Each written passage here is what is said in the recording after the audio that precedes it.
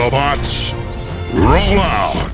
I'd like to take a moment to thank my channel members. Thank you. It's continued support like yours that keeps this channel growing. And if you haven't already, please consider joining today.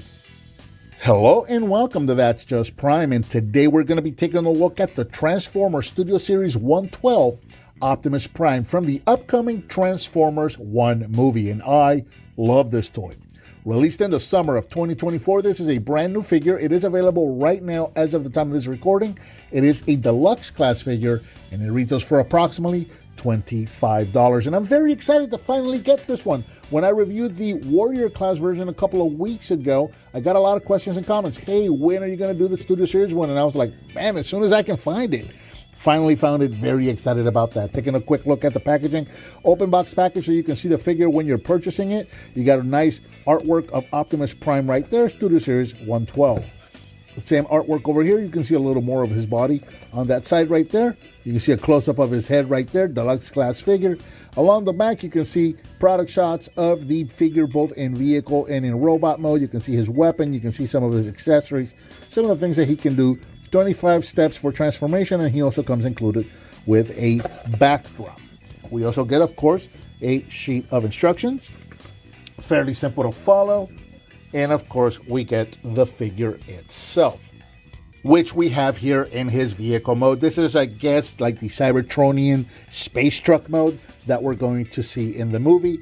Not sure, I just kind of theory that I have here is that this is going to be the vehicle mode that we're going to see in once he becomes Optimus Prime later down in the movie, because he's got the guns. You'll notice that he's got the guns now, where the figure that we looked at last time, the Warrior class one, it was labeled as both Optimus Prime / Orion Pax, and it didn't have the guns, and it didn't feel like as bulked out as this one.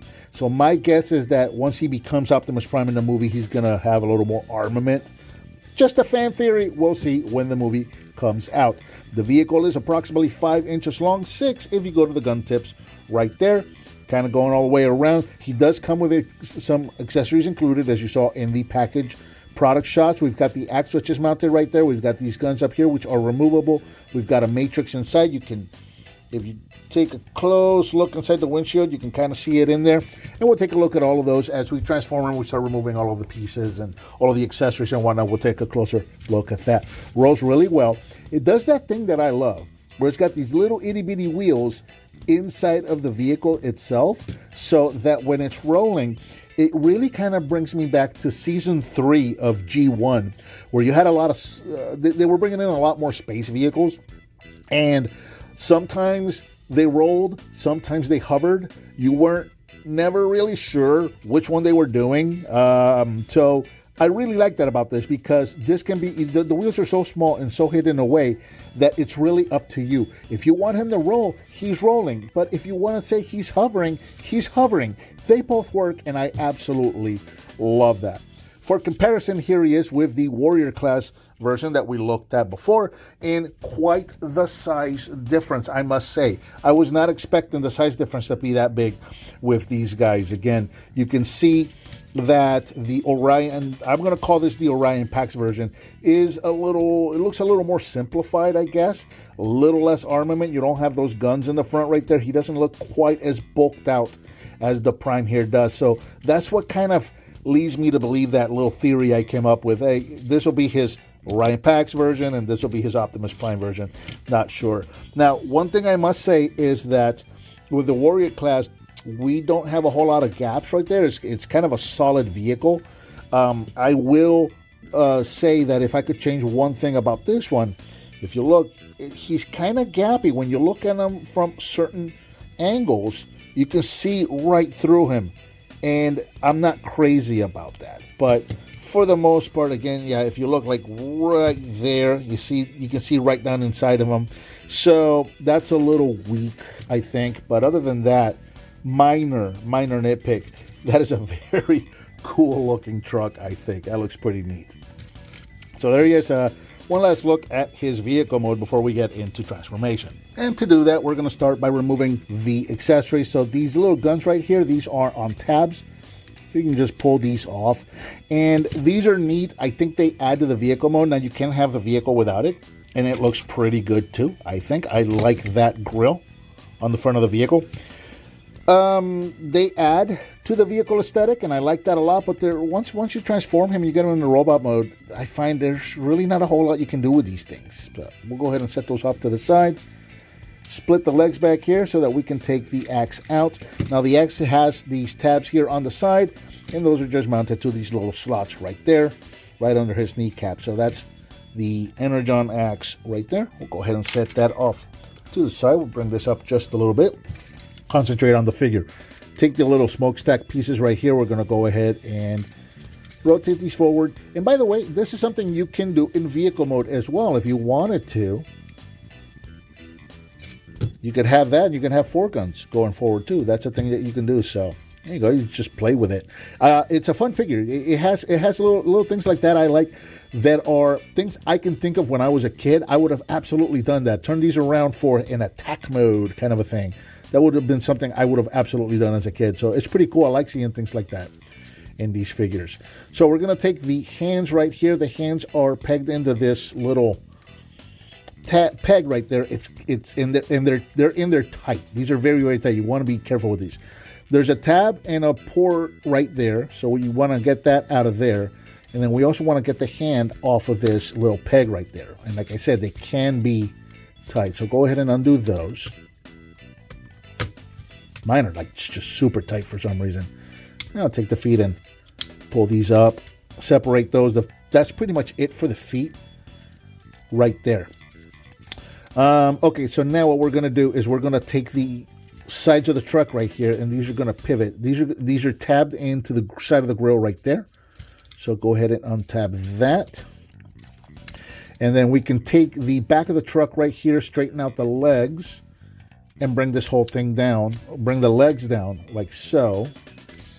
And then we're going to take this whole piece here, bring this little waist piece down, and then bring the whole bottom half of the figure up like so. So we've got that going on, and I think we can go ahead and just turn the waist around.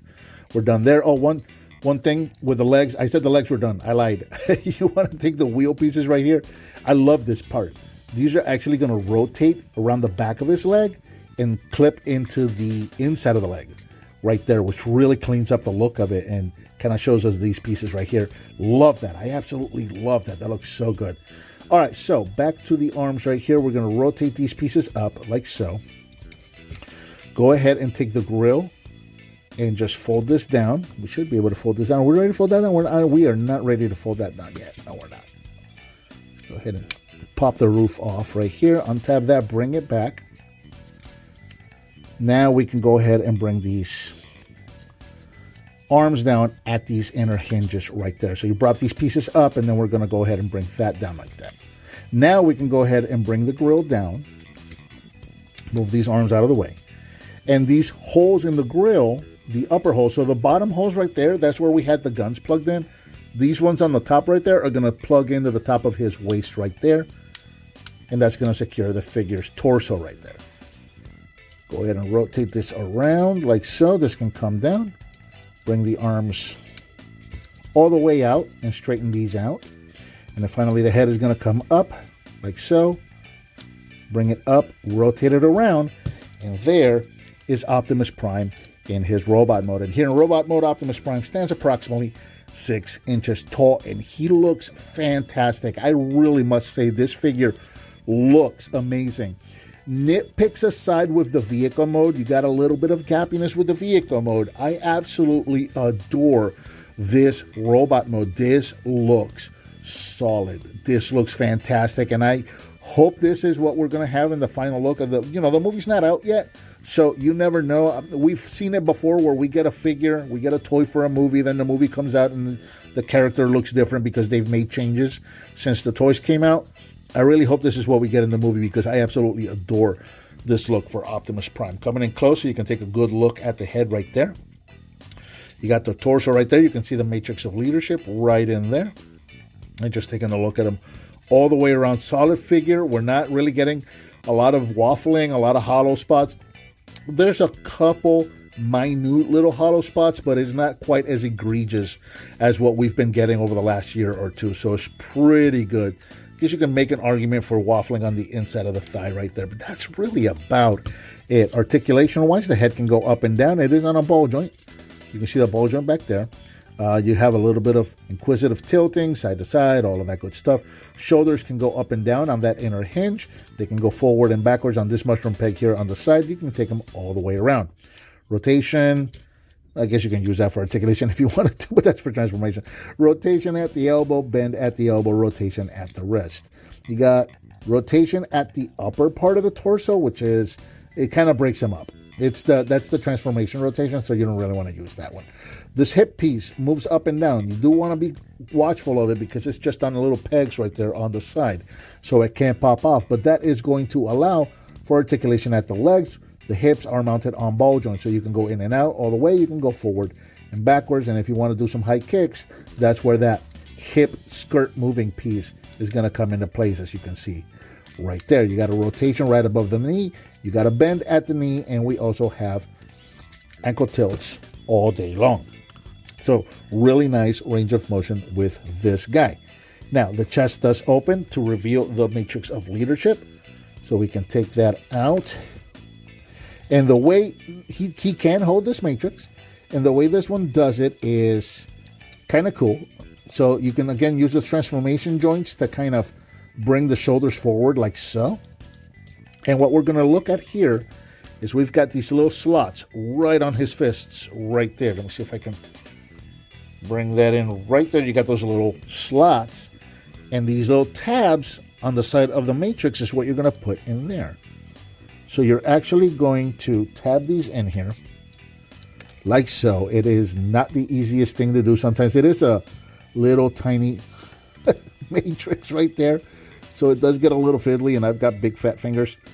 There you go. Oh, man, I had it. I did have it. I promise I had it for just a second. There you go.